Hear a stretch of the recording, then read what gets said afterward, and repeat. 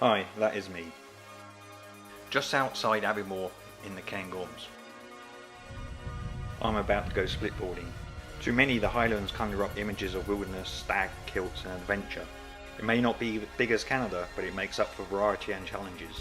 One of those challenges is the Highlands weather, which has its own weather forecasting reports besides the national reports because it's ever changing.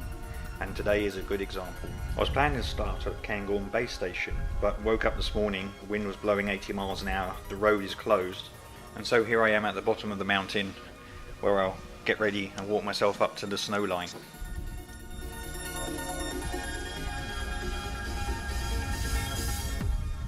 This is my first outing on my snowboard splitboard in Scotland.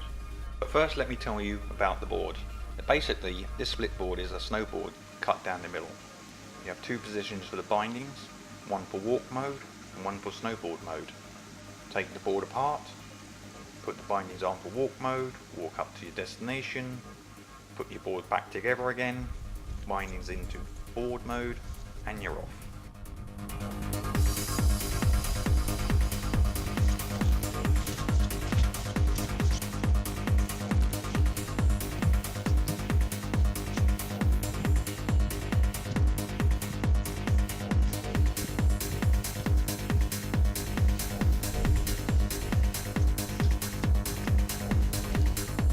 I have done splitboarding once before, back in Whistler.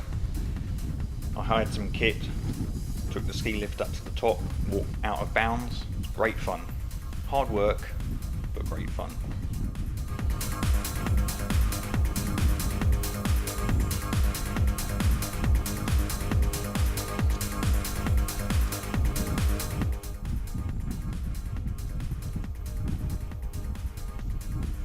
It seems the sun is coming out. And the wind seems to have dropped, and it appears to be a totally new day. It is a new day. Yesterday we couldn't even stand up. Today, beautiful sunshine.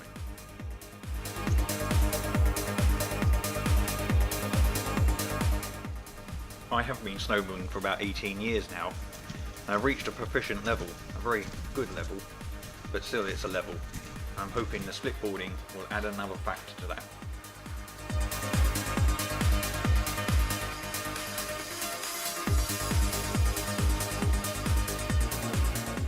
So in those years I have been snowboarding, I've seen the odd splitboard here and there. Actually, the first splitboard I came across was in Braemar, Scotland of all places. I asked the guy in the shop, "What's that board?" He took it off the wall and showed me how it worked. And since then it's always stuck in my mind. You know, that would be a good thing to have. But just carried on snowboarding, it's much more convenient. Since then, being a gadget type of person, I've been intrigued at having a go, but immediately always weighing up the pros and cons of owning such a board. So when at a ski resort, when the snow is all skied out, trying to find that last little bit of powder, the thought of a splitboard comes back to me and I say, well, I can just go out and find it for myself. So in the last few years, since moving to Scotland, I've often used snowshoes to do that very thing. Put a snowboard on my back, put the snowshoes on, walk out.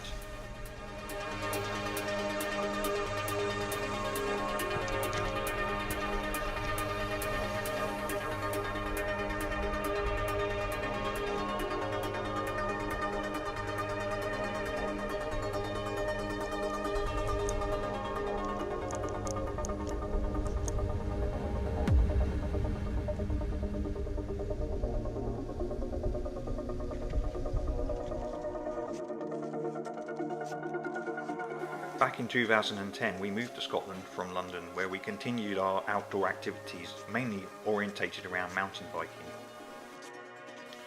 So in the last few years being here in Scotland we have taken advantage of the snow, but it's always been around the ski resort mentality, never going out back. It wasn't until one year, about April, we headed up to Glencoe with some friends, and I realised seeing all the snow above a certain snow line was a lot more in a lot more places than in the ski resorts. This last winter, 2018, we had another awesome snowfall. We had the beast from the east. It brought unprecedented snow levels. So high in fact that we couldn't even leave the house. so high that we could walk along the hedge lines in the lanes local to us. The invitation to take up splitboarding with some friends was ultimately decided by the Scottish Palmolives. They can be very unforgiving.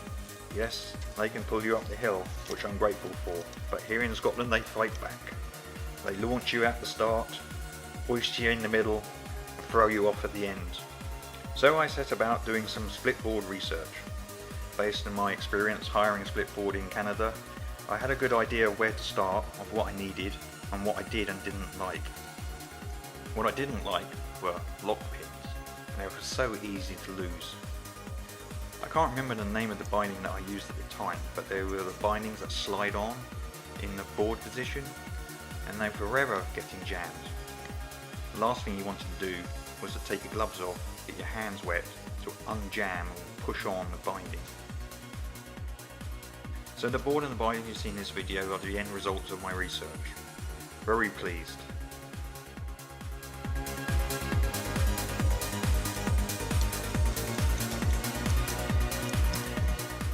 Nothing like earning your own turns, make them count.